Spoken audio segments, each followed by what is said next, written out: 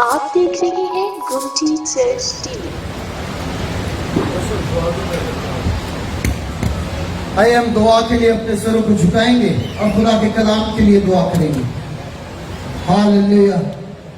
خداوند قادر مطلق خدا، تو جو آسمان اور زمین اور تمام کائنات کا خالق ہے، ہم تیرا شکر، تیری حمد اور تیری تعریف کرتے ہیں خدا، تیرے کلام کے لیے خدا، جس کے وسیلے سے خدا تیرے لوگ سیکھتے ہیں، تیرے لوگ برکت پاتے ہیں۔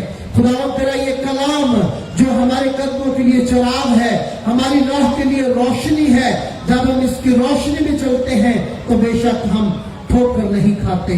قادر مطلق خدا، آج اپنے خادم کو اپنے جلال کے لیے استعمال کرنا خدا۔ تیرا تپایا ہوا کلام جب اس کے منہ سے نکلتا ہے تو خدا ان بہت سے دل بدلے، سوچیں بدلے، خیال بدلے خدا۔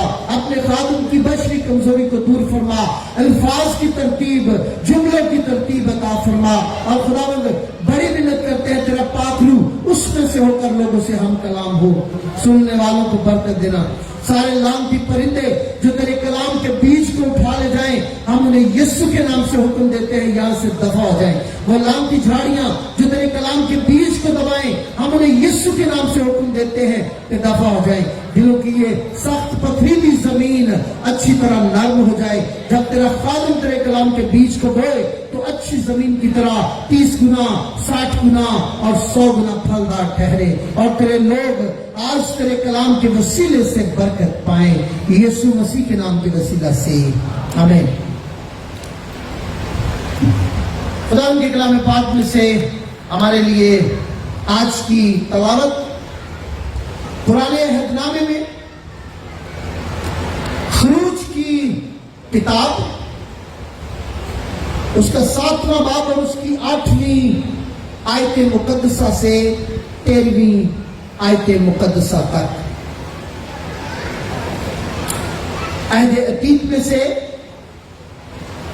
کتاب مقدس کی دوسری کتاب خروج کی کتاب، اس کا 7واں باب اور اس کی 8ویں آیت مقدسہ سے یہ لکھا ہے، اور خداوند نے موسیٰ اور ہارون سے کہا کہ جب فرعون تم کو کہے کہ اپنا معجزہ دکھاؤ تو ہارون سے کہنا کہ اپنی لاٹھی کو لے کر فرعون کے سامنے ڈال دے تاکہ وہ سانپ بن جائے۔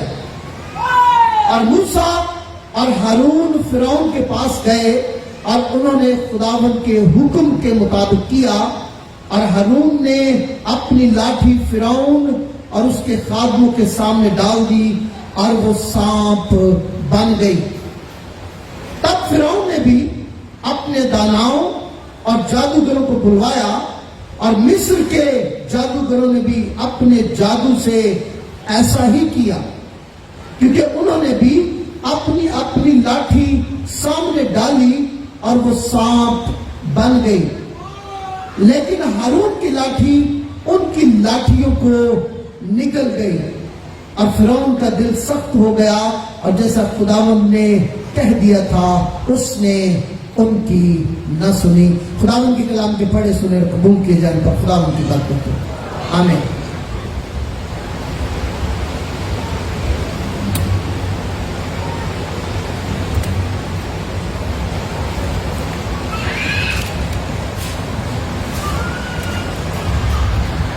کچھ سال پہلے کی بات ہے، چند سال پہلے کی بات ہے، ایک بڑا جادوگر میرے پاس آیا، اور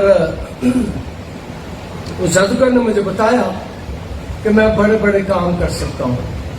آپ جس بلڈنگ میں بیٹھے ہیں میں اس بلڈنگ کو ہلا سکتا ہوں، آپ جو کام کہیں گے میں کر سکتا ہوں، لیکن میں نے 5 سال جادوگری کی ہے اور اب میں توبہ کرنا چاہتا ہوں۔ میں چاہتا ہوں کہ میری مدد کی جائے تاکہ میں اس جادو کے کام کو چھوڑ سکوں۔ میں بتانا چاہتا ہوں، اور اس شخص کی جو شناخت کی تھی وہ یہ تھی کہ وہ پادری تھا۔ وہ پادری تھا اور سیمنری بھی کی ہوئی تھی، بہت اپنے کام میں بڑے موج سے بھی کرتا تھا اور میں نے اس کے ساتھ حامی بھری. اور کچھ لوگ جانتے ہیں, میرے جو ٹیم کے لوگ تھے, میں 3 دن 3 راتیں اس کے ساتھ گرجے میں رہا. 3 دن 3 راتوں کے بعد وہ آزاد ہوا جن قوتوں کے وسیلے سے وہ کام کرتا تھا. اور مجھے جب میں اس کے ساتھ گرجے میں بند ہو گیا تو مجھے کہتا ہے کہ پادری صاحب آپ میرے جسم کو دیکھ رہے ہیں لیکن میں دیکھ رہا ہوں کہ میرے جسم میں صرف ہڈیاں ہیں اور ہوا اس میں سے گزر سکتی ہے. میں نے کہا کوئی بات نہیں, خدا تجھے آزاد کرے گا. پھر 3 دن کے بعد وہ شخص آزاد ہو کر یہاں سے چلا گیا.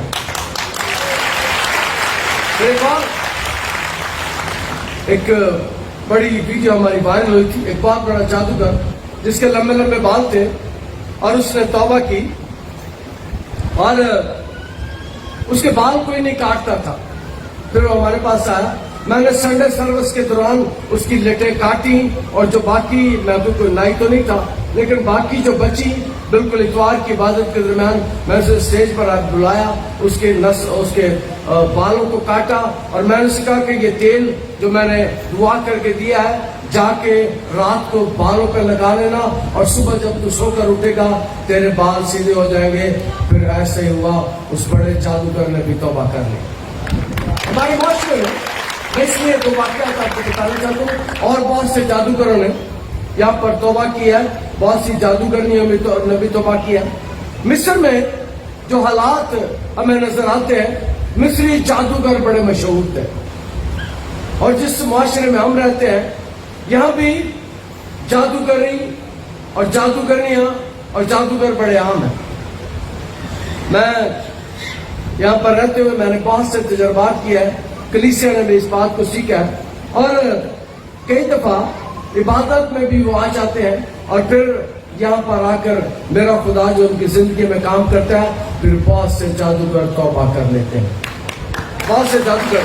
اور مصر میں بھی حالات ایسے ہیں کہ بہت سے دیوی اور دیوتاؤں کی پوجا کی جاتی تھی. ان کے بارے میں اعتقاد کیا جاتا تھا کہ وہ فطرت کی قوتوں کو کنٹرول کرتے ہیں اور خود بھی مصر کے بادشاہ کو دیوتا مانا جاتا تھا. ان کے دریائے نیل کو بھی دیوتا مانا جاتا تھا. بادشاہ کے تاج میں ایک کوبرے سانپ کی اور ایک تصویر ہوتی تھی بیل کی, اس کی بھی پوجا کرتے تھے اور درختوں کی بھی پوجا کرتے تھے. اور بہت سے دیوی دیوتا ان کے درمیان تھے. بادشاہ کو بھی دیوتا مانا جاتا تھا اور دیوتاؤں کے لیے بڑے بڑے مندر بنائے جاتے تھے اور وہاں پر پجاری رکھے جاتے تھے جو ان مندروں میں بیٹھ کر پوجا کا کام کرتے تھے اور ان کو دیوتاؤں کی عبادت اور خدمت کے لیے مقرر کیا جاتا تھا اور دیوی اور دیوتاؤں سے ان کے ذریعے سے پیغام حاصل کرنے کی کوشش کی جاتی تھی. اور جو پیالے میں ہمارے ہاں بھی کئی دفعہ پیالے میں پانی ڈال کے وہ اس میں کچھ منتر کر کے آپ کو دکھاتے ہیں. مصر میں بھی ایسا ہوتا تھا, پیالے میں پانی ڈالا جاتا تھا اور پیالے میں پانی کے اندر وہ کوئی شبیہ نظر آتی تھی اور اس شبیہ کے وسیلے سے وہ بہت سے کام حاصل کرتے تھے اور مستقبل کا حال دریافت کیا جاتا تھا دیوی دیوتاؤں کے وسیلے سے اور جادوگروں کے وسیلے سے. اور اس کا ذکر پیدائش کی کتاب کے 44ویں باب میں اس کی 5ویں سے 15ویں آیت میں ہمیں ملتا ہے کہ وہاں پر بھی جب یوسف کے بھائی آتے ہیں, واپس جاتے ہیں, تو یوسف ان کے اناج میں کچھ چیزیں رکھ دیتے ہیں اور پیالہ رکھ دیتا ہے اور جب یہ واقعہ ہوتا ہے تو وہاں پر اس بات کا ذکر ہے کہ پیالے میں شبیہ نظر آتی ہے اور فال نکالا جاتا ہے پانی میں اور جادوگر شوبتیں دکھاتے تھے. جادوگر ایک وسیلے سے کام کرتے تھے اور جب میں نے اس جادوگر کے ساتھ 3 دن گزارے تو جو قوتیں اس میں کام کرتی تھی وہ قوتیں جب آئیں تو انہوں نے آگے سے ریزسٹ کرنا شروع کر دیا. انہوں نے مجھے بتایا کہ اس سے پوچھو فلاں جگہ ہم نے معجزہ کیا ہے فلاں عورت کے یہ پرابلم تو ہم نے ٹھیک کیا ہے, فلاں جگہ ہم نے یہ معجزہ کیا ہے. میں نے کہا معجزہ اگر کوئی کر سکتا ہے تو صرف میرا خدا کر سکتا ہے. میں نے کہا نہیں, ہم بھی کرتے ہیں, اور جادوگر کے وسیلے سے بھی کئی کام ہو سکتے ہیں. اور کلام مقدس میں اس بات کو بیان کیا گیا کہ وہ جادوگر شوکتیں دکھاتے تھے اور دعویٰ کرتے تھے کہ یہ دیوتاؤں کے معجزے ہیں. میں پچھلے ہفتے شمالی علاقوں میں تھا اور وہاں ایک دوست کے ساتھ میری ملاقات ہوئی, اور وہ بتاتا ہے کہ ایک شخص کے ساتھ ہم نے دیکھا کہ وہ دعا کرنے کے لیے بیٹھا اور تھا وہ جادوگر, اور وہ دیکھتے ہی زمین سے بلند ہو گیا. اور میں نے ایک کتاب پڑھی, اس کتاب میں ایک مشنری افریقہ میں جاتا ہے. افریقہ میں جس جگہ وہ جاتا ہے اس پنڈ کا جو جادوگر ہوتا ہے وہ کہتا ہے کہ یہاں پر تو نہیں کام کر سکتا, اگر تو نے کام کرنا ہے تو پہلے میرے ساتھ مقابلہ کر. وہ کہتے ٹھیک ہے. وہ سارے پنڈ کو جمع کرتے ہیں, لوگ جمع ہو جاتے ہیں, اور وہ گراؤنڈ میں نیچے لیٹ جاتا ہے, اور لیٹا لیٹا وہ زمین سے تقریباً 5-6 فٹ بلند ہو جاتا ہے. وہ مشنری پریشان ہو جاتا ہے, وہ سوچتا ہے کہ میں تو یہ کام نہیں کر سکتا, میں تو زمین سے بلند نہیں ہو سکتا, میں نے تو کبھی ایسا تجربہ نہیں کیا. اور خداوند کا روح سے ہم کلام ہوتا ہے, خدا کہتا تجھے زمین سے اٹھنے کی ضرورت نہیں ہے, تجھے زمین سے ایسے کام کرنے کی ضرورت نہیں ہے, تو صرف اتنا حکم دے کہ میں تمہیں یسوع کے نام سے حکم دیتا ہوں, جن کو تو نے سے اٹھایا اسے چھوڑ دو اور دفع ہو جاؤ. اور جیسے ہی وہ اس حکم کو دیتا ہے, وہ کہتا ہے میں یسوع کے نام سے تمہیں حکم کرتا ہوں, اس کو چھوڑ دو. وہ دڑام سے نیچے گرتا ہے اور ایک دم اس مشنری کو اس پر فتح حاصل ہو جاتی ہے, اور پھر وہاں وہ خدمت کرتا ہے, اور بہت سے لوگ یسوع پر ایمان لے آتے ہیں, بہت سے لوگ اپنی زندگی یسوع کو دے دیتے ہیں. اور یہاں پر کلام مقدس میں اس بات کو بیان کیا گیا کہ دیوی اور دیوتا کے وسیلے سے جادوگر شعبدہ بازی دکھاتے ہیں, معجزے کرتے ہیں. اور یہاں پر ہم کلام مقدس میں اس بات کو سیکھتے ہیں کہ مقدس موسیٰ اگر خروج کی کتاب کے 4 باب اس کی 3 آیت کو پڑھیں تو وہاں پر ایک واقعہ ہمیں نظر آتا ہے. 4 باب کو میں پڑھتا ہوں, خروج کی کتاب اس کی 2 آیت سے. خداوند نے موسیٰ سے کہا کیا یہ تیرے ہاتھ میں کیا ہے؟ اس نے کہا لاٹھی. پھر اس نے کہا اسے زمین پر ڈال دے. اس نے اسے زمین پر ڈالا اور وہ سام بن گئی, اور موسیٰ اس کے سامنے سے بھاگا. یہ موسیٰ خدا کو جب خدا کے ساتھ اس کی بات ہوتی ہے تو خدا اسے کہتا ہے کہ تیرے ہاتھ میں کیا ہے؟ وہ کہتا ہے لاٹھی ہے. اور جب موسیٰ اپنی لاٹھی کو پھینکتا ہے, زمین پر پھینکتا ہے, تو کلام میں لکھا ہے وہ سام بن جاتا ہے. یہ پہلی بات ہے. 3 معجزے خدا موسیٰ کو دیتا ہے. دوسرا یہ ہے کہ خدا کہتا ہے اپنے ہاتھ کو ذرا کپڑے کے اندر کر. وہ ہاتھ کو کپڑے کے اندر کرتا ہے اور ہاتھ میں سارا ہاتھ سفید ہو جاتا ہے اور کوڑ سے بڑھ جاتا ہے. اور جیسے ہی وہ ہاتھ کو دیکھتا ہے اسے کوڑ ہو جاتا ہے. پھر خدا کیسے کہتا ہے کہ دوبارہ اندر کر, دوبارہ اندر کرتا ہے تو اس کا کوڑ ختم ہو جاتا ہے. خدا موسیٰ کو 3 معجزات یہاں پر کرنے کی قوت دیتا ہے. اور کلام مقدس میں جس حوالے کی ہم نے تلاوت کیا وہاں بھی ایسا ہے. خدا نے موسیٰ کو یہ تجربہ کروایا تھا کہ تیری لاٹھی جو ہے وہ سانپ بن سکتی ہے. پھر خدا نے اسے کہا کہ, اور خداوند نے موسیٰ اور ہارون سے کہا کہ جب تم فرعون کے پاس جاؤ اپنا اسے معجزہ دکھانا, تاکہ ہارون سے کہنا کہ اپنی لاٹھی لے کر فرعون کے سامنے ڈال دے تاکہ وہ سانپ بن جائے. وہاں پر موسیٰ ڈر گیا تھا. اور یہاں پر خدا موسیٰ کو کہتا ہے, مقدس موسیٰ کو کہتا ہے کہ آپ ہارون کو کہنا کہ اپنی لاٹھی پھینکے. اس کا مطلب ہے کہ خدا جو خالق اور مالک ہے, خدا جس نے پوری دنیا کو خلق کیا ہے, اس کے کہنے سے کچھ بھی ہو سکتا ہے, کچھ بھی بن سکتا ہے. خدا نے ہارون کی لاٹھی سے اس کام کو انجام دینے کے لیے یہ کام کیا ہے. اور اس وقت جادوگر کو کے لیے جو لفظ استعمال کیا جاتا تھا وہ تھا